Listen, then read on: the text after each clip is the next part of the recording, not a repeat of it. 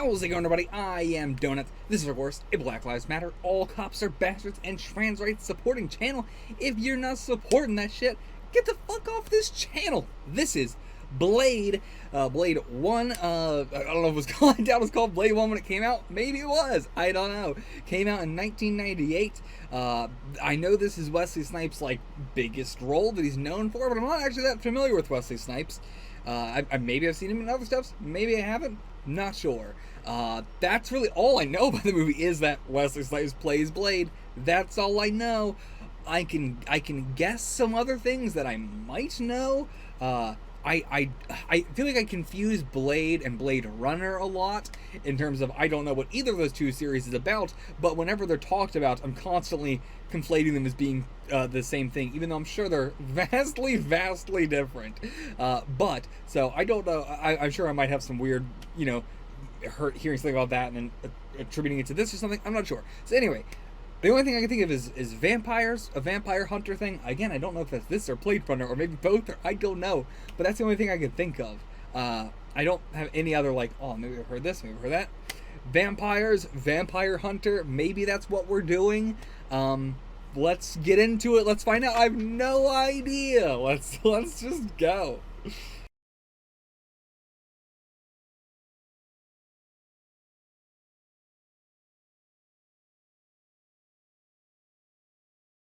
Okay, we are here for the Blade discussion. We're at a much different location this time. Yeah. I'm not sure when this is going to come out. This is being recorded so far in advance probably from when this is going to come out now because of complicated situations. Mm-hmm. But let's get in. I just want to say that, off the bat in case things seem weird. But yeah, let's jump into this. First off, this movie, fucking amazing, great. I mean, I said enough, but really fucking good. One of my favorite superhero movies. Again, I think Logan is probably my favorite one. Sure. But it's hard to also call it a superhero movie because very much they're not a superhero movie. Right. I mean, even this is not really a superhero movie. Which gets contended a lot. Yeah. A lot of people do not want to call this a superhero movie. Yeah. So, that sort of thing is iffy, but I'll say it's my favorite Marvel movie. Because I don't really watch any other superhero movies. Yeah. So when I say my favorite superhero movie, that's what I mean anyway. Sure. So, yeah, I would say, Logan, I didn't mean for this one. This one is one of my favorite, Marvel movies, I mean. Top 3, I would say. Okay. Logan, Black Panther, and this. Sure. Are, top 3 of, the best I've seen so far. Dang. High praise. Yeah. I think, it's surprising as well with how, old it is and how much it still stands up with a lot of its effects. Yeah. The blood explosion is really the only one that I feel doesn't stand up that well at all. Mm-hmm. And even then, it's not like I'm oof, that's rough. It's not great, but it's not. I've seen way worse. Yeah. I'm really glad to hear that because this is one of the 3 movies I'd say that made up my idea of what is cool. When I think of cool, my brain goes to Blade 1 and 2, but mostly Blade 1. Then there's The Matrix, and then there's I think Underworld, the vampires killing vampires movie. I've not seen that. It my idea of cool is a lot of black leather trench coats and big guns. Same. Yeah. I mean, that's why I love part 3 of JoJo so much. It's one of the parts not a lot of people tend to like, but I love it just because of Jotaro's aesthetic and everything. Yeah. Same sort of thing like this. I love the big trench coat aesthetic. Mm-hmm. It's great. I mean, Punisher as well. I didn't think I was gonna like Punisher for the longest time, but as soon as I saw Punisher, and I was like, oh no, I do love this. I like the aesthetic. I just didn't think I was gonna like the character. Right. But yeah, I love all that sort of shit. And I think this encapsulates it so much with so many different aspects of the coolness. The fact that he does have a lot of character as well. I feel that's the only thing I don't like about this kind of cool, I don't know what I'm trying to say, this kind of aesthetic of cool, is a lot of times then the characters will just be very, very much so not a personality. Yeah. But I think, Blade had a lot of personality in this. Yeah. The thing that always stands out to me is that... And a lot of humanity, too. Yeah. He was... They don't, they're not oh, we can't let him show emotion and stuff like that. Right. I'd say he's one notch less cool than he wants to be. in that he is genuinely really, really cool. There's a lot of stuff he just does casually that is super badass. But then he has these little moments, like when he shoots Quinn with a stake and then does the big fist pump. Yeah. Or like a lot of his, like, he'll put a little extra flair into some moves, and sometimes it lands, sometimes it doesn't. He makes a lot of jokes that are not really for the audience. No. It is just he thinks it's cool, and because of that, like, everyone watching the movie is like, this line isn't cool, but I do like that he said it. Yeah. Like the classic, some motherfuckers always trying to ice skate uphill. What does that mean? I mean, we know what it means, I but know like, what it means. It's not a cool line. Yeah. It's a very just like, yeah, like the metaphors that he uses are interesting coming from him. But yeah, it's like way more cheesy coming from him. Yeah. Than where it's like, if like Whistler said it, I think it would just pass on the radar of like, yeah, that's just the thing that character would say. Yeah. But like, I don't know why it feels more cheesy coming from Blade. So the way this movie starts off is immediately iconic. Like, a lot of, how do I put this? A lot of vampire movies do the, like, we have some level of an underworld. Yeah. A lot of the, like, we are somewhat of a, like, you know, we live in the shadows, we've got a weird, like, secret society.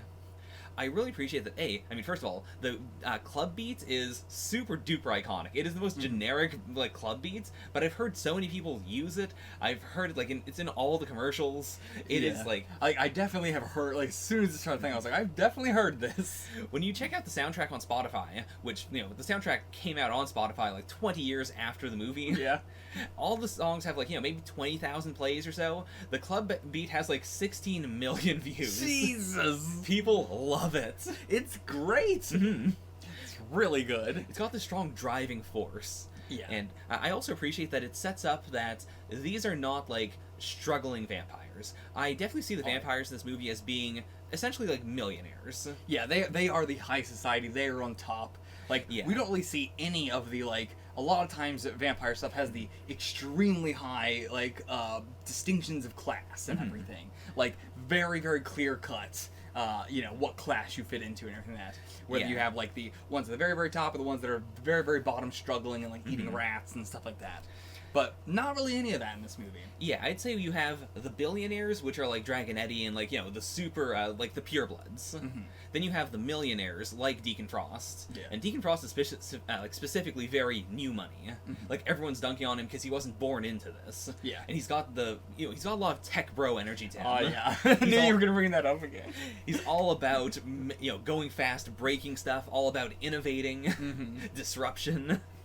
Yeah, I do like that though. I like, it's a classic plot line. As I said in my reaction, seen it a thousand times, but I appreciate that they were putting a little bit. Or they were putting. How do I put it? They were putting an oomph into it. You know, they weren't just doing it by the books. They weren't just going by the steps. They were making sure to not make it more unique. Like, you know, it wasn't that much more unique, but it was still just like putting the effort in and making it.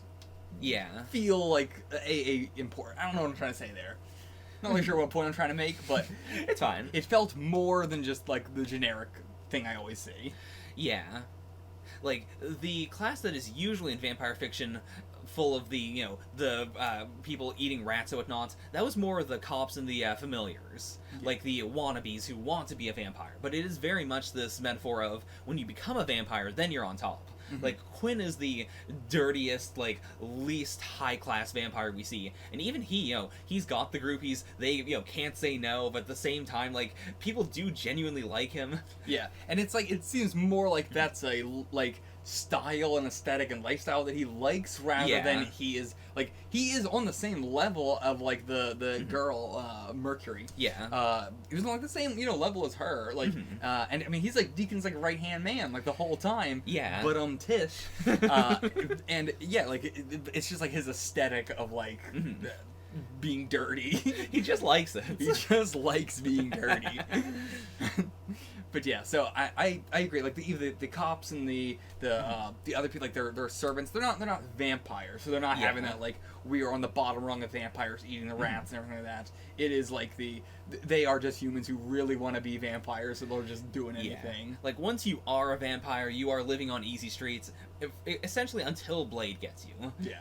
Like, we get a line, pretty early on where Abraham's like, yeah, there are other people out there that might help, but that is very much just a, like, if we were going to introduce anyone in the future, this line's to cover our asses. Yeah. But yeah, it's mostly just Blade going out there killing them all, and yeah, Yeah. it makes sense because he's got the half blood, so he's Mhm.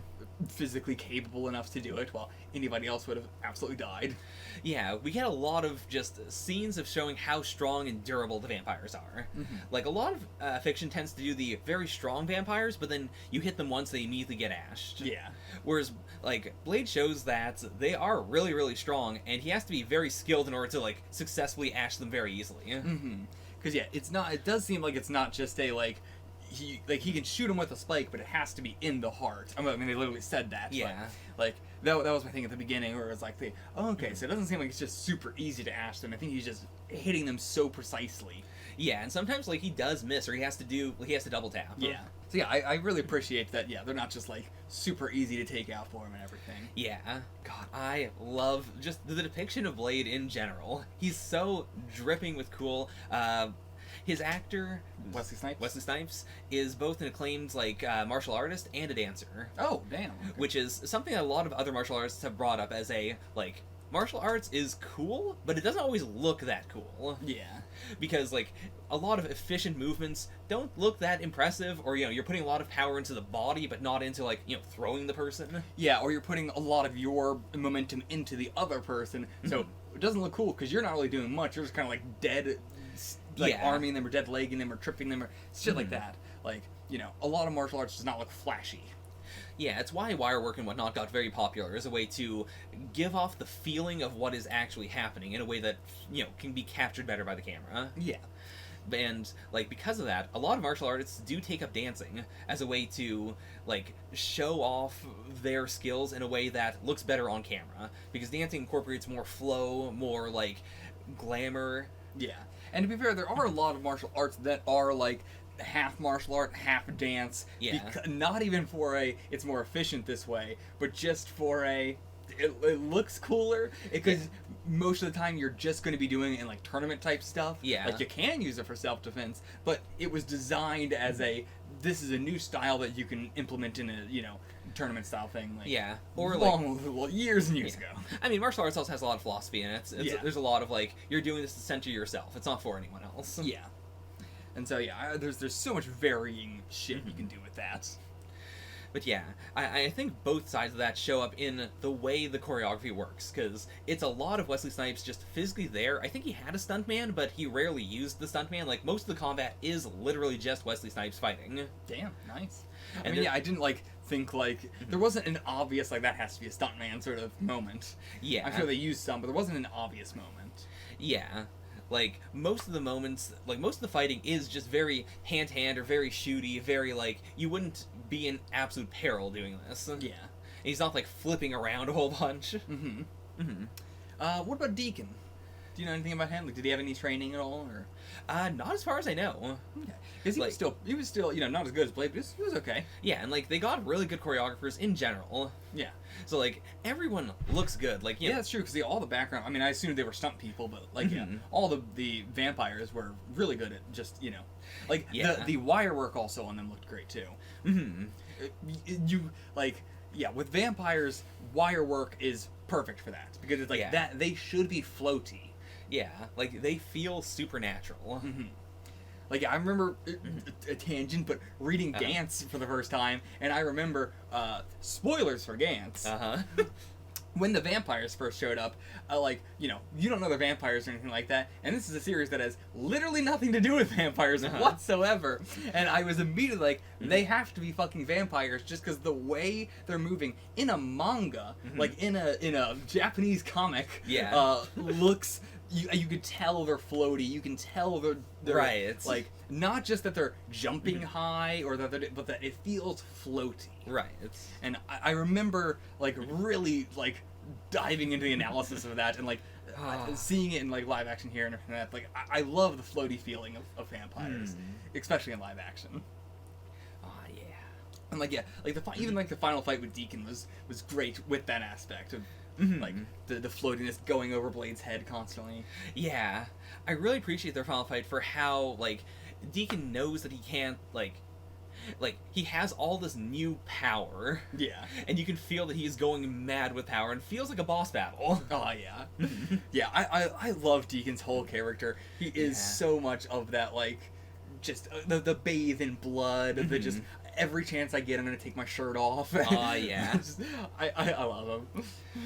Yeah, they like this is honestly a much better Deacon than even the comics. Yeah, I also like that. Like, despite being like a millionaire and all this, I love that he constantly looks tired. Like he has like the huge like bags under his eyes and just like always looks like he is about to pass out from exhaustion. Yeah, like he has that early Bill Gates energy of he is super powerful, but he's also doing everything himself.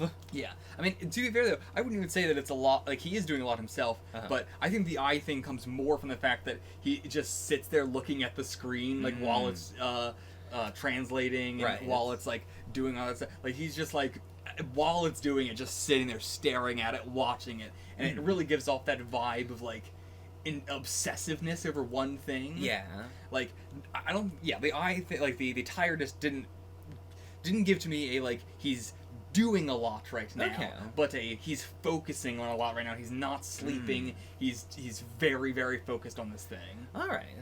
Yeah. Less so physical activity, more so mental activity. Sure. But yeah.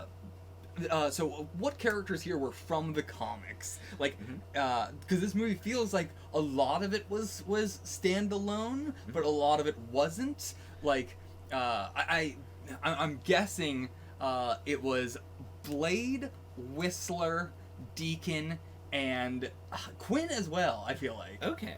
But I'm gonna say that Karen was movie only, or his mom's gotta be. Now that I'm thinking about it, actually, it seems like I'm just saying Mercury was not. Mercury and Karen were not.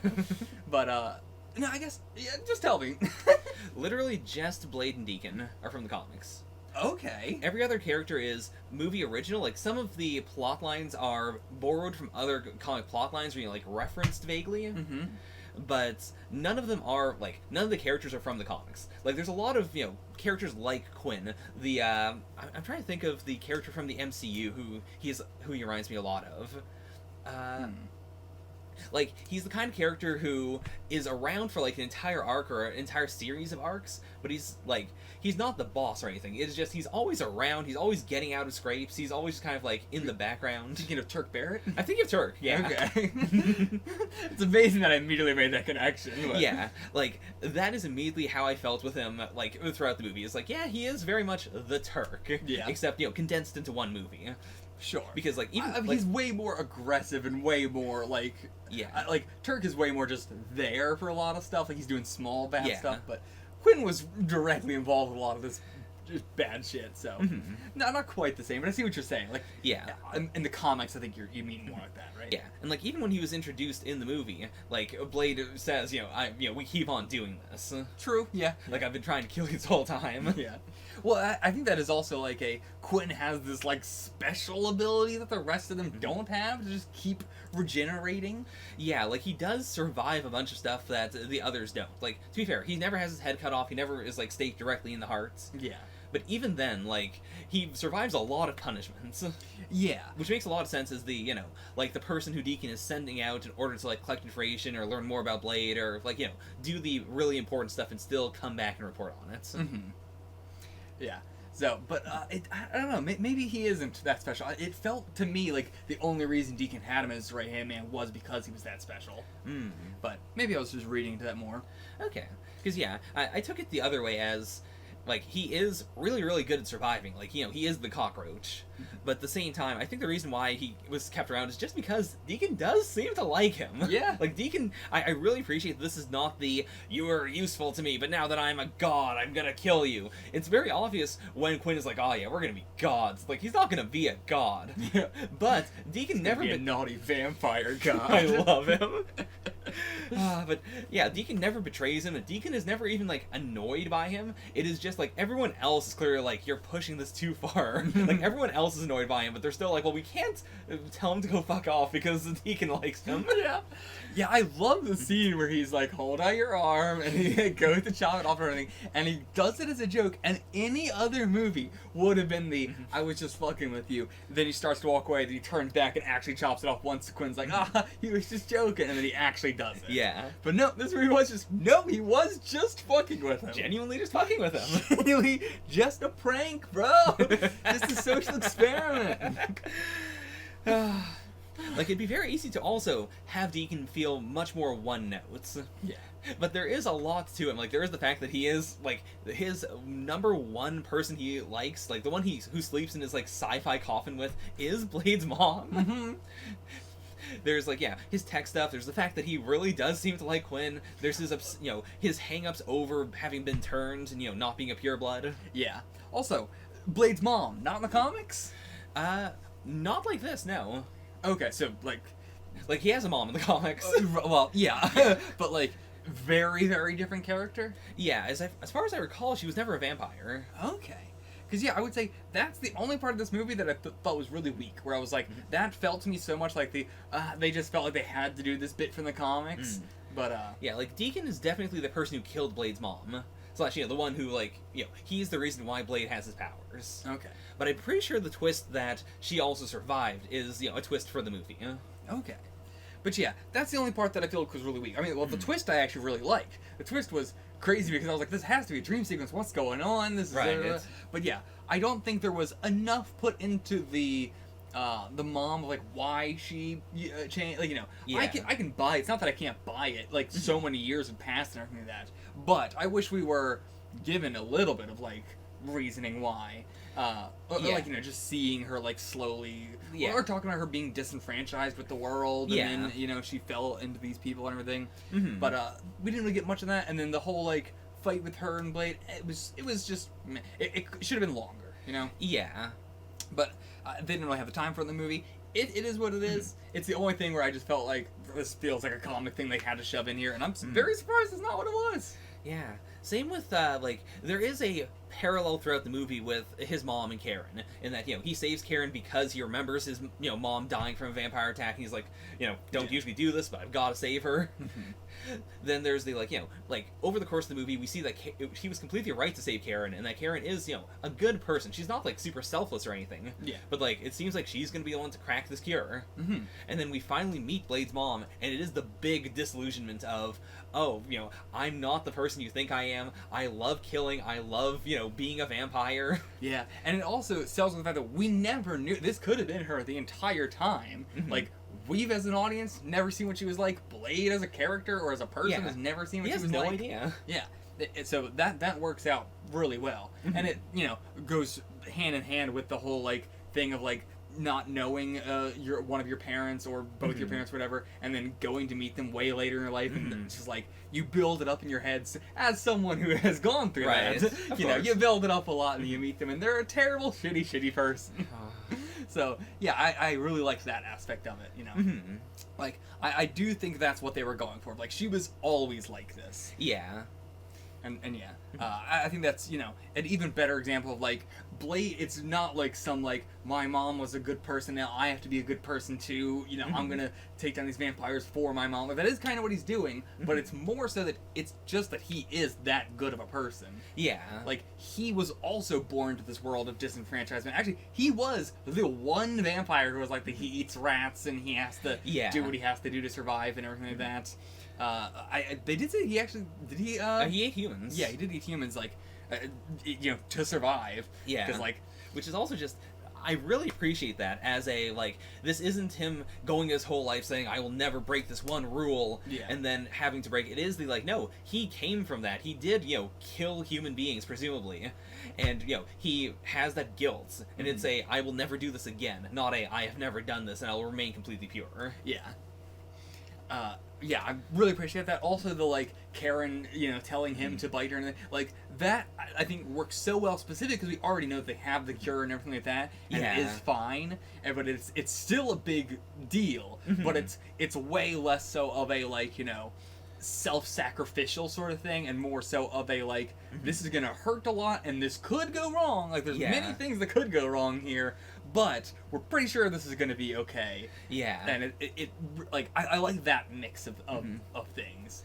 Yeah, there's this big, like, combo of sexuality and fear to when he bites her and she immediately goes, no, stop, and then, don't stop, like, holds him closer. Oh, yeah. It's very super duper sexual. Oh my god, Love it, absolutely. Like, all the shit in this movie, like, the blood fountain things where they're all, like... Yeah, if you're not going hypersexual in a vampire movie, you're doing it wrong. Oh yeah. So yeah, that scene was fucking fantastic. The biting into her neck and everything. Like, I'm glad that it wasn't a quick scene too. Like they really held on to it, and it was very very intimate. Yeah. Really love that.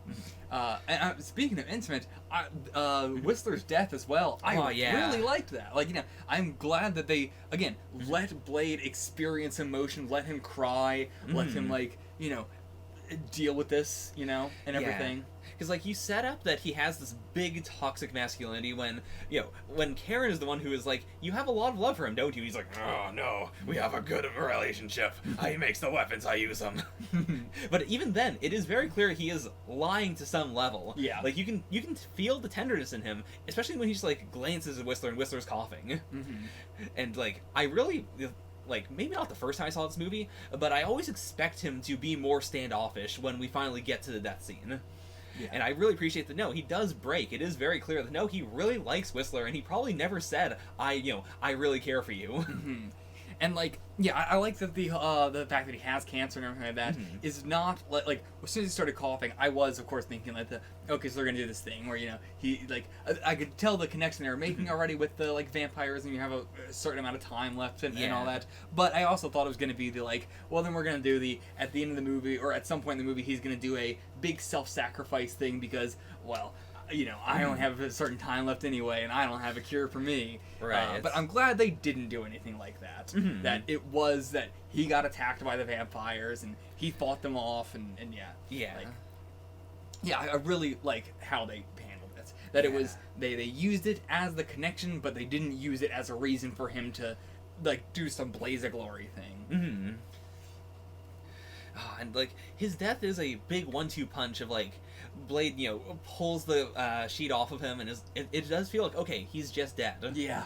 And then it's like, no, he's not dead, but he can't be saved. Blade's, like, wiping the blood from his neck and vein, trying to do something. And then that was, so well done. And then he hits him with the, like, no, I've been bit. I'm gonna kill myself. Give me the gun, you dumb asshole. I'm gonna kill myself. Don't stay here and watch me. And yeah, I get that, because that's way more of, like, a... that's because of the vampirism thing. Yeah. Where, like, that's a way different story. And, yeah, I really appreciate that. Like, I love... the wiping the blood from the neck is such a tender moment. Like, it so strips away all the toxic masculinity. Yeah. Beautiful. Fucking great movie. Whistler is also really good character. Yeah.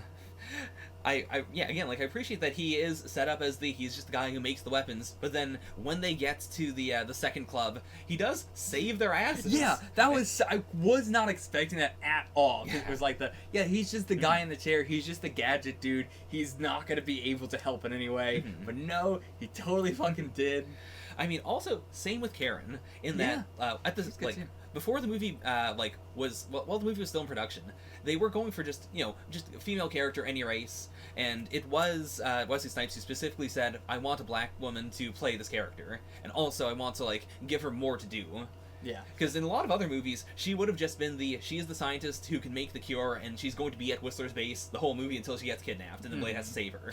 But, like, she is so constantly in the action. Like, she is the secondary protagonist. Yeah. Like, she's right there, she helps plenty, and yeah, like, I'm glad they didn't go with just any woman, any race, because, like, that completely negates the whole thing they were trying to do with the movie of him saving her because he reminds her of his mom and everything.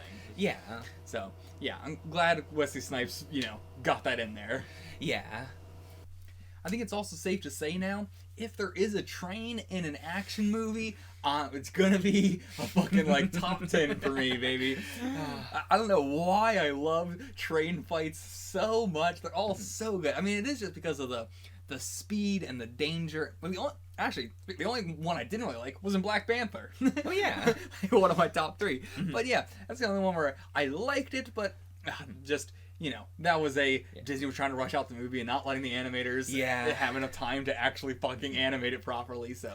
Yeah, like, there's so much in that fight, like, in Black Panther, that is just very good, but it's just not polished. Yeah. Versus, like, the train fight in this, ooh, hot damn. Extremely high up there. I think the one in The Wolverine is still probably my favorite. Oh, yeah, that one is so insane. I mean, I was out of my seat. It was fucking nuts. But yeah, this is, like, really high up there, too. But yeah, I'm realizing my niche is train fight scenes. I fucking love it. Whether it's on top of the train, whether it's next to the train, whether it's under the fucking train, in the train. So much shit. God, because that whole scene presents so much danger. Yeah. Like I would put this on the same level as the Prosciutto and Pesky fight in Part 5 of JoJo. Like, I just like the length in which it's going on during this stuff, and like the JoJo one was all in one train, but this one's just like they're dealing with one train, then another fucking train's coming, and I love it. Oh yeah. And also being like a subway adds an entire other layer to it as well. It's so tight. Karen almost falls on the electrified track. Oh yeah, that fucking part too. Yeah, like the fact that the electrified track is definitely it adds a lot to that as well. Yeah, because you can't just like run across or whatever. And Blade is superhuman, but not so superhuman that when he, like, decides to grab the end of the train, you're, like, there is a question of, like, is he gonna just rip his arm off? Like, what the heck? This is so fast. This is a crazy move. Yeah. I mean, it does help that it is, like, a subway, so it's not moving as fast. It's no bullet train. It's no bullet train, but it's still, that would have, like, but yeah. Like, also his, like, strength and everything, going back to when we were talking about the vampires being floaty and everything, I appreciate that Blade is not, because he's got so much metal shit all over him. Yeah. It's, like, so much armor and heavy shit that, like, it negates it to where he just has, like, a normal, like, weight. Yeah. And I appreciate that, like, all the armor and stuff also gives him a very heavy feel to the way he's fighting. Like, he's still very graceful and very, like, smooth because he's got those, martial arts dancer moves. Yeah. But, like, the heaviness also keeps him very rooted. Like, everyone else is moving a bit faster than he is. Yeah. It also keeps him, like, he's always, like, sweaty while everybody else doesn't see, like, is, like, very, I mean, also because they're vampires, not sweating very much. But, like, having like the very cold bodies and everything. I don't know if that was on purpose or not, but I think it's more just that he's wearing like all this shit while the rest of them are wearing like extremely loose clothing and stuff. Yeah. But it really adds to the feeling of him being half and then being full-blooded. I'd say it's Deacon's also very like sweaty and moist a lot. Yeah. But yeah, I think it really adds to the like. I can't empathize with a hero in a movie that much if I don't see them, like, very sweaty or very exhausted at some point. Like, even Captain America, who is, super, super, super human, like, he still has a scene, like, every movie where he's beaten down and sweaty and dirty. Yeah. Because it makes you feel. It makes you go, like, yeah, this person's unbelievably strong, and they've been doing so much that, now they're beaten down. Yeah.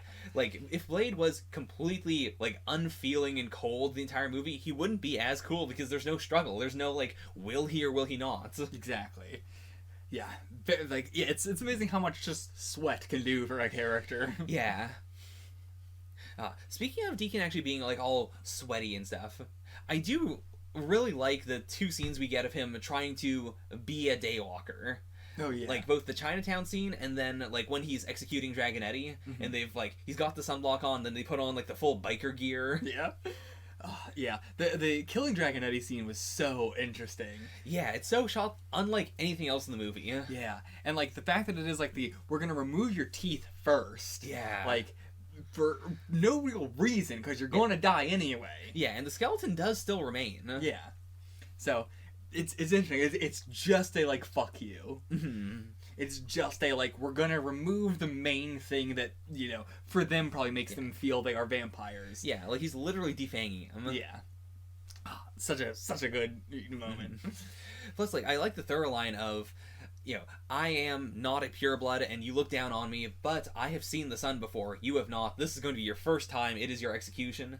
Then to, like, you know, I'm really obsessed with trying to stand in the sun. I'm going to, you know, even if I'm sweating off the sunblock and I could fry, I'm still going to, like, face Blade in the day on his terms. And then to, like, oh, he's the one who made Blade. Like, unintentionally, most likely, but still, like... Yeah. He has this thorough line of, Blade is the only one, and he is still like, I want that power. Like, not even I want that power, but I want it for something even better. Like, I need that specific power in order to become a vampire god. And yeah, I love the hostage scene. I love any hostage scene where it is the hero going like, even if you have a hostage, that's not going to stop me because I'm that fucking good. Like, I always love that. I always hate to, like, I have a hostage, now you're just gonna do whatever I say. It just creates, like, a forced plot a lot of times. And so, I really like when the characters show that it's like, nope, even if you try and get hostages, it ain't gonna stop me. And it's so brutal, because that's a 6-year-old girl, and Deacon throws her through a cart. Yeah. Like, she smashes through it. She is bleeding when she's on the road and about to be hit by a truck. And that whole time, there is the question of, like, is Blade, like, we hope in our hearts that Blade is not going to let this kid die, but at the same time, it's like, can he physically get there in time? Is he going to try and, like, follow Deacon or take another shot? Yeah, like, I really appreciate having a protagonist that is like that, where it's like, he is not altruistic, he is very good, but, you know, a lot of times I don't know what his action is going to be, like, what does he think is better, killing Deacon right now so he, you know, doesn't have to get it, so it doesn't have to be way worse later and more people die, or is he just gonna, you know, go and save the kid real quick? Yeah, like, I really appreciate that I have to think that in the moment. Yeah, it's also really interesting that, like, in any other scene I've ever seen in New York, when a villain or a hero does the talking about the masses speech, it is either all white people, or it is, like, a mix of, you know, all sorts of people. Yeah. But in Blade, specifically when Deacon is saying, you know, doing the whole, these people are sheep, and we are, you know, better than them, we just feed on them. It is, like, in Chinatown, and it's all Asian people. Yeah. Like, yeah, it makes a lot of sense of the location they're in also. Yeah.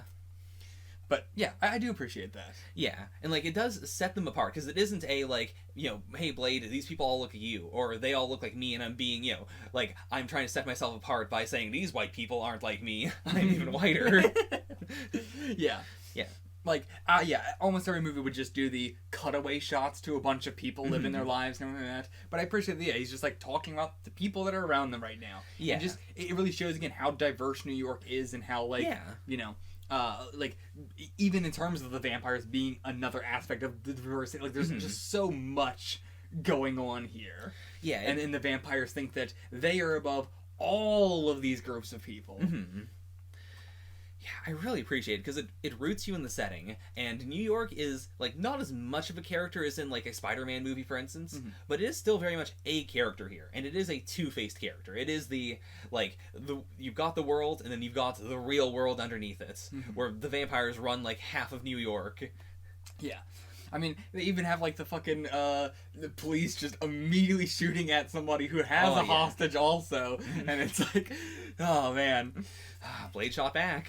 Yeah, I'm so glad that made me so happy. I knew I was gonna love the character when I saw that. Yeah. It's like, he doesn't care if you're shooting at him, he's gonna fucking shoot back. Yeah. Really love that. Yeah, like, I appreciate that we never did there are normal humans here, and so I have to hold back, like, I can only fight vampires. Yeah. It is like, no, if they're working for the vampires, and he does, like, outright say, the cops are essentially all working for the vampires. Even if they're not literally, they are. Yeah. Oh yeah, they clearly have to know. Like, there's no universe in which the cops don't know the vampires exist and don't still let it happen regardless. Yeah, like, they're clearly paid off, you know, just of course, everything. But yeah, the fact that they just are, like, they probably knew that's Blade, let's shoot him and everything like that, and they probably know that, but like, assuming they're not, if we want to assume they're just normal cops or that, it is just, they know nothing about what's going on at all. They just see a guy running, they're like, shit, is this guy running, he's got a girl, shoot them both! Oh, yeah. But yeah, I really I can't say it enough. Blade as a character, so good, so interesting. So like, I love that middle ground he has of, you know, very good, but not fully, wholly altruistic, and not like stone cold. You know. Yeah. Going towards the end of the movie, the ritual. I am so glad they built that whole set and everything. And I don't know how fucking big that thing is. It felt really big. It did not feel like multiple sets that they were cutting from. It felt like it was one huge fucking set. Like, even the upstairs place with his mother, it never felt to me like this might just be a different place. It felt to me so much like this is literally just right up there. Yeah. And, like, especially with, like, all these scenes that they didn't really need of them walking through the corridors. Yeah. It really sells the idea of this is a crypt in the middle of New York. And yeah, I can buy where it is. Like, I can, I can buy that it exists there because they show them going to it, getting there, like, going down through all the corridors and everything like that.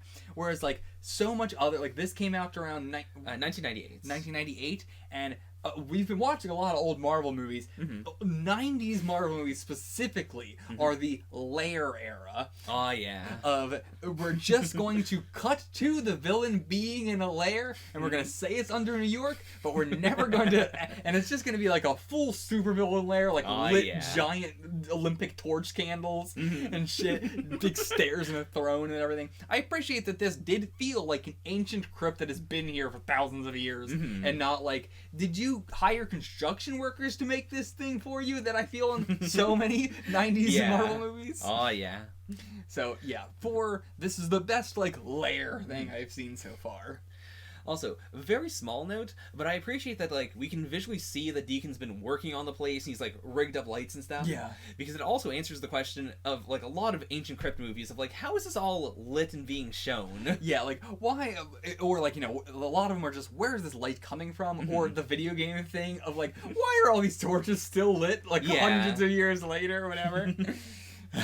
So, yeah, I appreciate that, that aesthetic of going in there and seeing this ancient, thousands of years old tomb, and there's just floodlights set up. He's got extension cords plugged into everything. Oh, it's so good. Such a fantastic aesthetic. Again, it really has that, like, tech bro-y energy to Deacon. Like, I really appreciate how this movie sells the, like, just the general feeling of there's all this old ancient stuff and it is all being disrupted. Like, even in, when Whistler comes in and starts shooting, he destroys, like, all the pages of the Book of Erebus. Yeah, except for the one little scrap that somehow had all of it. Oh, yeah. I truly don't know what the rest of it must have been. Was it just the vampire god's favorite food, his favorite color? What's his favorite sex position? I mean, the vampires don't seem to know about any of that stuff. It's really weird. It's so wild. Like, specifically because they are so long-lived. Like, oral traditions survive for, like, thousands and thousands of years. We know stuff that was never written down by, you know, the Norse people. Yeah. It's wild that the vampires seem to have mostly forgotten about the vampire god. And they're all like, that's just some bullshit. Don't look into it. Yeah, that is hard to buy, but yeah. I'll go with it. Yeah. But yeah, I do agree. That is a little bit hard to buy. But with any, like, you know, we've been around for thousands of years, and it's like so you haven't even had, like, your people got wiped out or you got cut off from, like, your group or whatever, but it's like, you've had this connection this whole time and you forgot about your fucking vampire god? How the fuck? Like, they must have really just got into raves. Oh, yeah. Or, to be fair, like, if they've lived for thousands of years, we don't know how long vampires have lived. They could be millions of years old. Yeah, it's true. I always just say thousands to, you know, not over, you know. Yeah, I get you. But yeah.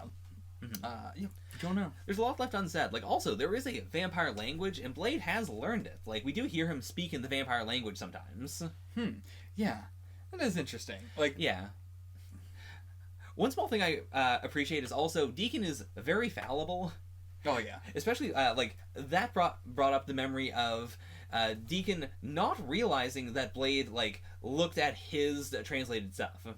Like, when Blade brings up La Magra, Deacon immediately just goes, like, okay, so you also know about the vampire god. Like, he never makes the connection of, you got it because you raided my base. Yeah, he's just like, oh, you happen to also know about this. Yeah. It's really neat, because, like, Deacon knows so much about Blade. I love the scene where he disables the spikes on the blade, or the defense mechanism, because that thing gets used so often in this movie. Yeah. But to be fair, that doesn't necessarily have to be like he researched or whatever. Like, it could be that one, vampire thing which is like, by the way, Deacon, his thing did this to me. Yeah. So yeah, I could totally see that. Or no, was that Quinn? That was Quinn. Yeah, He like picked it up the first time. Yeah. Was like, I got his blade. Yeah, so it probably was Quinn who told him like, hey, I got my hand blown off by his sword Yeah, thing. and it is like there is a mechanical sequence to it, and it starts humming. So he may have just on the fly like looked at it before picking it up and gone like, okay, I'm pretty sure this is how to disable it. Yeah. Because it is a strong power move. It is so, yeah. Like, Blade, and also, like, yeah, Blade being fallible, too. Like, Blade is not, like, he was really hoping that was gonna work.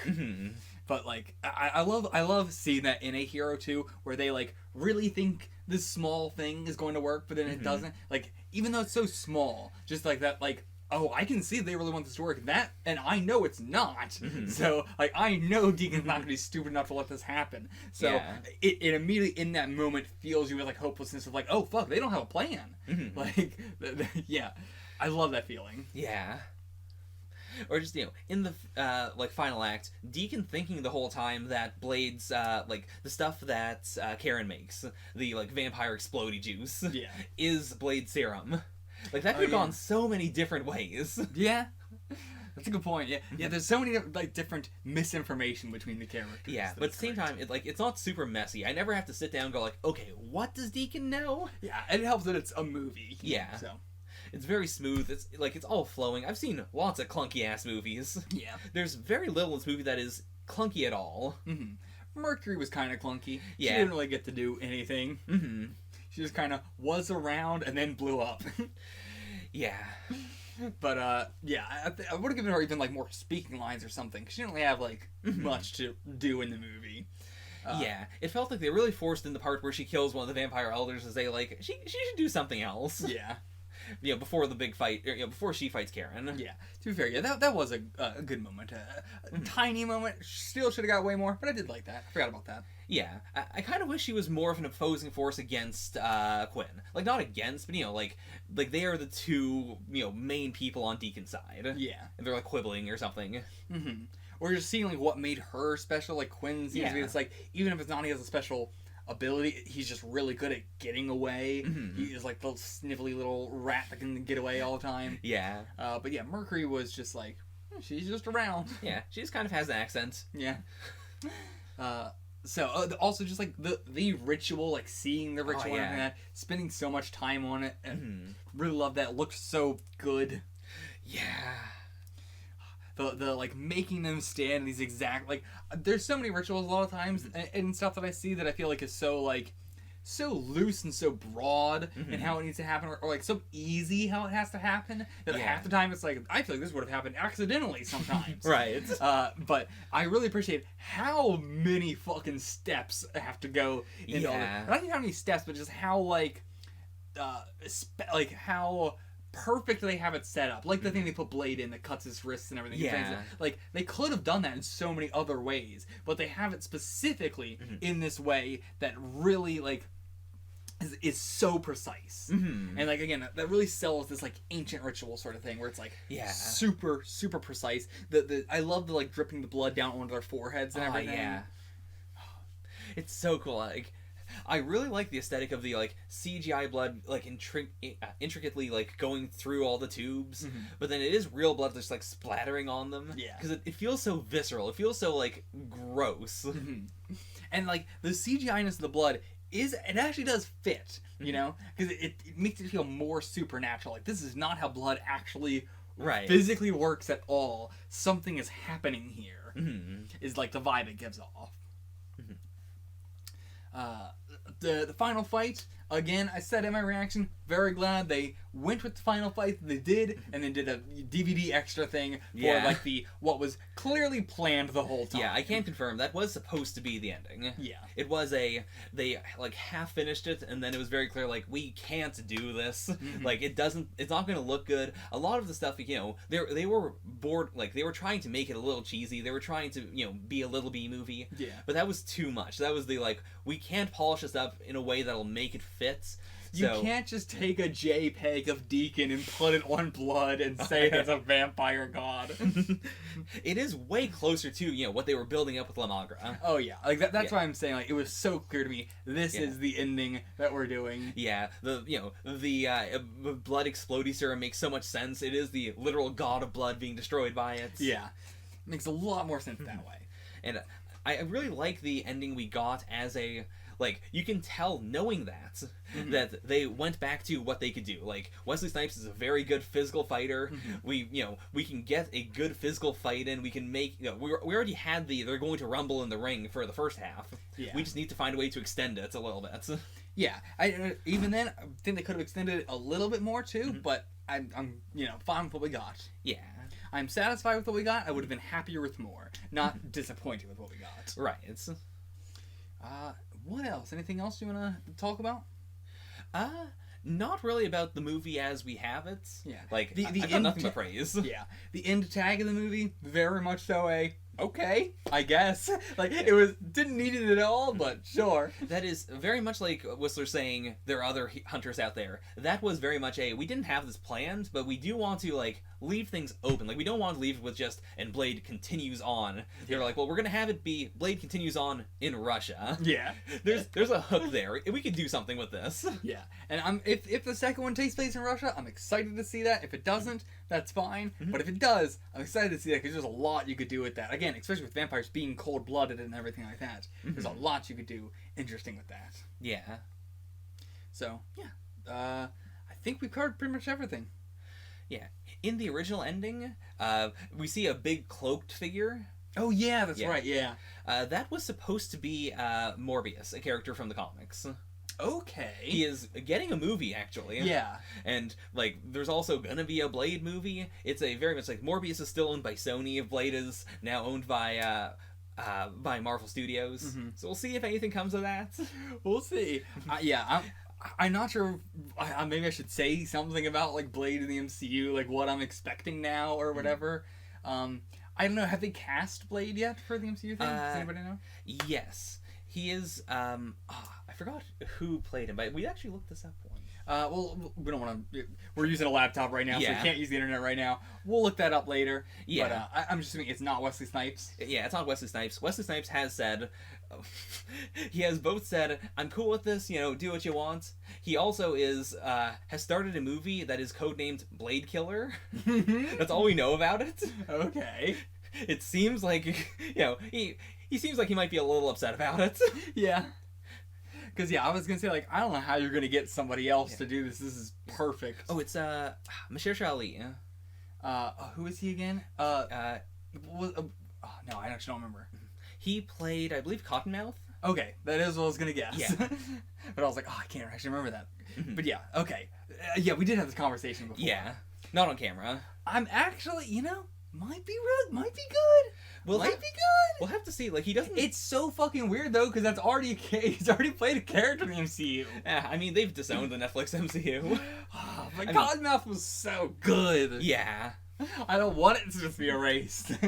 I'm very curious to see how they'll handle him, because everything I've seen, that actor in has been very, very slim, very, I am powerful, but not physically. Yeah. Whereas Blade is definitely more of I am, very big and imposing, and also, my mind is very strong. He'll probably put on some weight for it, I assume. Yeah. I think, I'm curious specifically because these movies are very popular. This is... Marvel has, repeatedly said, this is the first good Marvel movie. Yeah? Yeah? This one... So far. I mean, I still got... We're going kind of out of order here, so... Yeah. But at the very least, this was the first ever, critical success of a Marvel movie. Yeah. And, I should probably tell you about the history of this, actually. Okay. Really quickly, Sure. speaking of anything else? the actor that's going to play him, what's his name again? Mahershala Ali. I think like I can't think about his like physical acting how well he's going to be as Blade, but the way that he like I think I've only seen him in Cottonmouth. I think I've seen him in one other thing, but I can't remember what.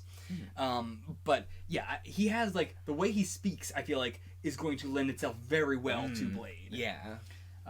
Especially like the way that he was talking with like Luke and stuff. Like specifically that I think has like so much.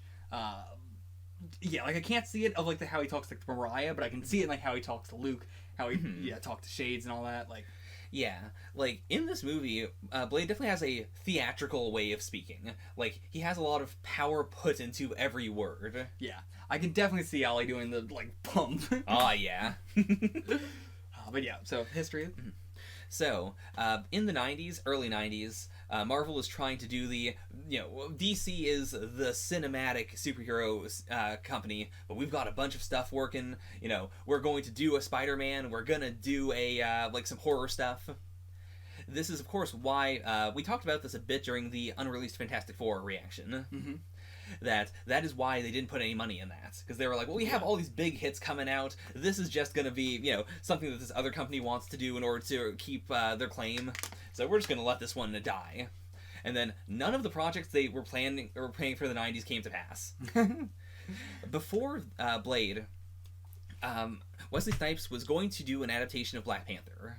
Okay. And this is very important for why specifically Blade was not marketed as a black superhero movie. It is because before that he wanted Black Panther to be the black superhero movie. Yeah, I mean that's also way more of a superhero. Yeah. There's no question of is Black Panther a superhero movie? Everybody be like, yes. Yeah. Specifically, he wanted to highlight Africa, so it was going to be very Africa-focused, very, pushing against the very 90s idea of Africa is just a bunch of desert and a bunch of people crying. It was going to be I'm going to show these landscapes, I'm going to show people in America, hey, you should be proud of Africa. Yeah. He wanted to show, Wakanda essentially the way it is in the MCU. Very technologically advanced, very, Afrofuturistic, very, you look at it and you are just impressed that this exists on film. Yeah. And then he wanted, he just wanted T'Challa as a, regal character. As a, it's not a joke to be black royalty. He is regal, he is powerful, he is someone you can aspire to, he is, just like you, but you can be this regal. Yeah, having that come out in the 90s would have been great. Yeah, it really took way too long for them to get to that. It was his dream project. And he had just come off of 3 or 4 really big hits. So it was it was his blank check. He could kind of do anything. The problem is he couldn't get together people who shared his vision. Yeah. And he did have he picked out some really strong black directors. But the problem was I know specifically they got the guy who did Too Fast, Too Furious and Boys in the Hood, who is very well acclaimed. But a lot of the people he was tapping wanted to do a more America-focused story.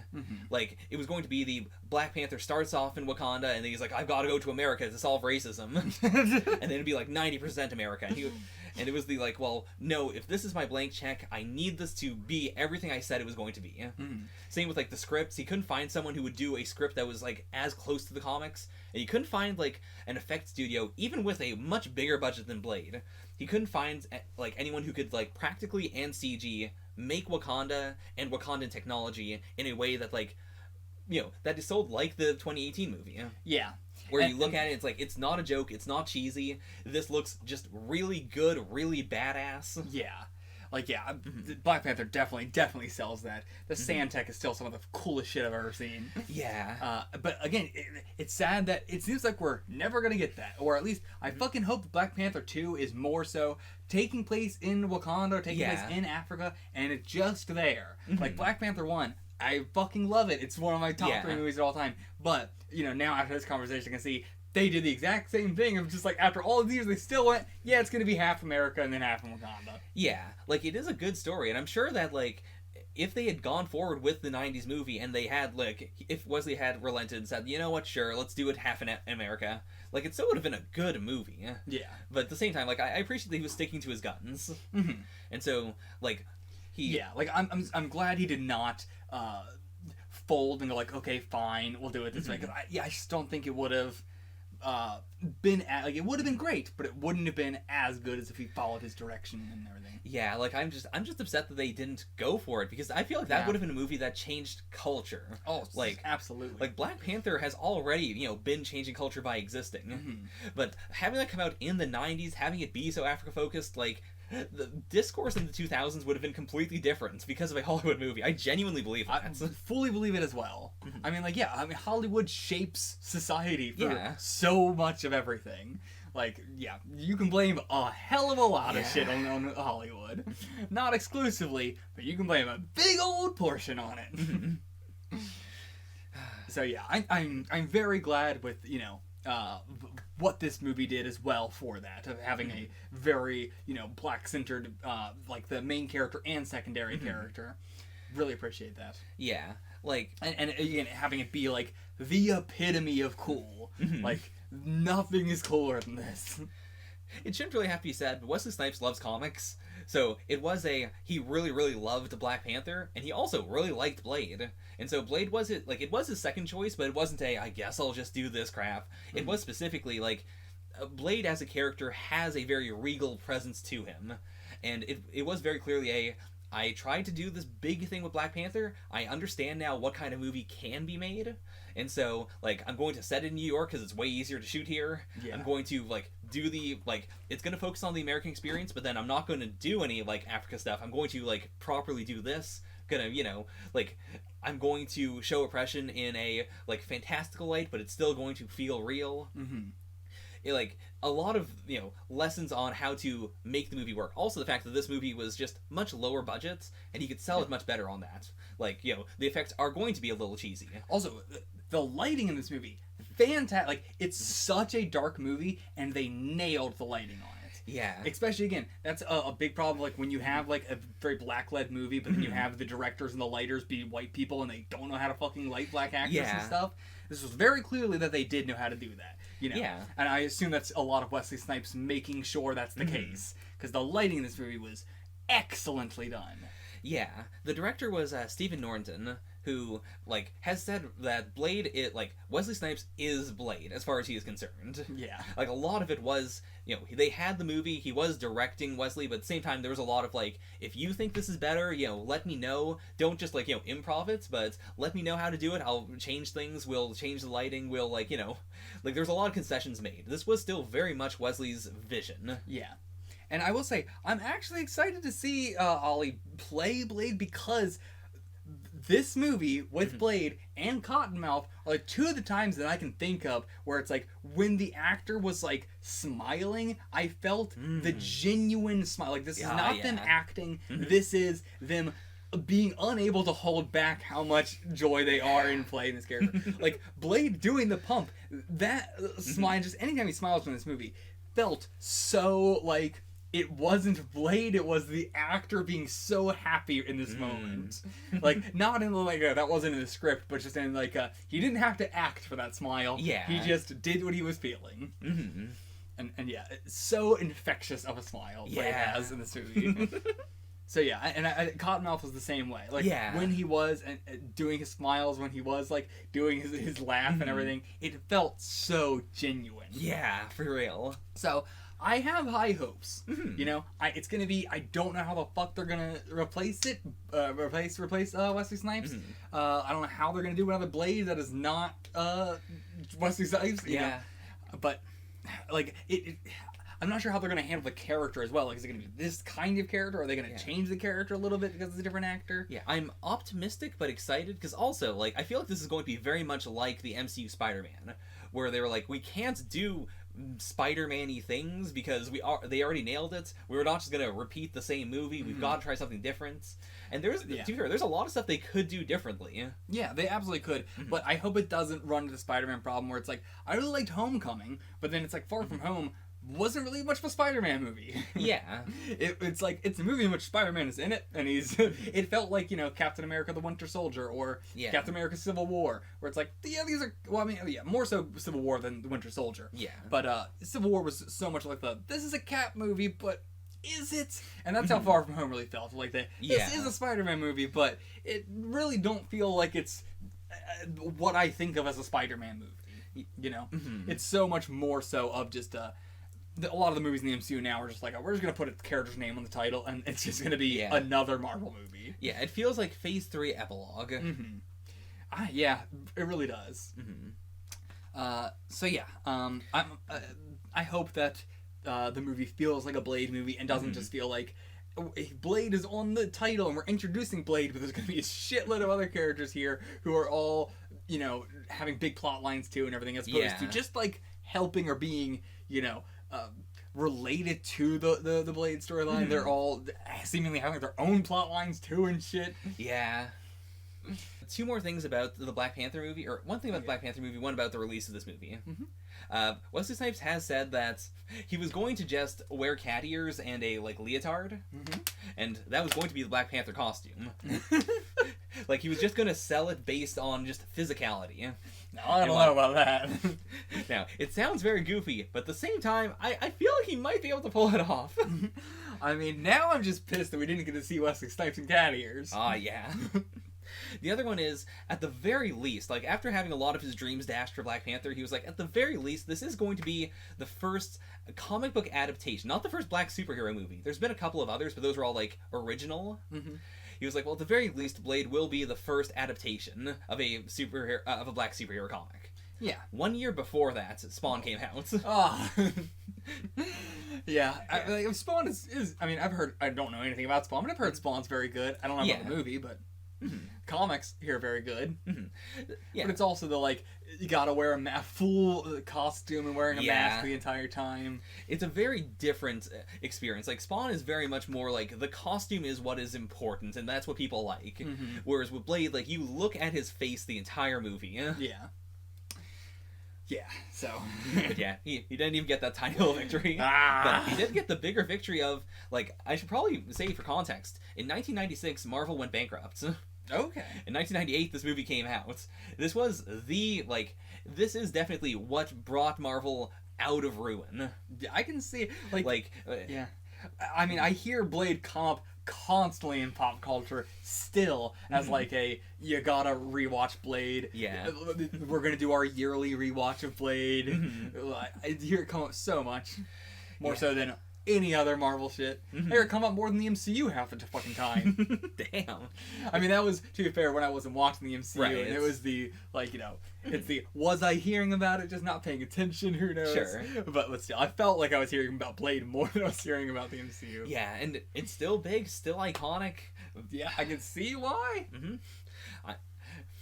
Still a little miffed that, you know, the 1994 Fantastic Four got completely wrecked, but I'm glad that, you know, that means that Blade was the first upswing. Yeah. Like, you can draw a direct line between Blade and where the MCU is right now, where Marvel as a property is right now, being, you know, a multi-billion-dollar franchise. It's all on the back of Blade. Yeah.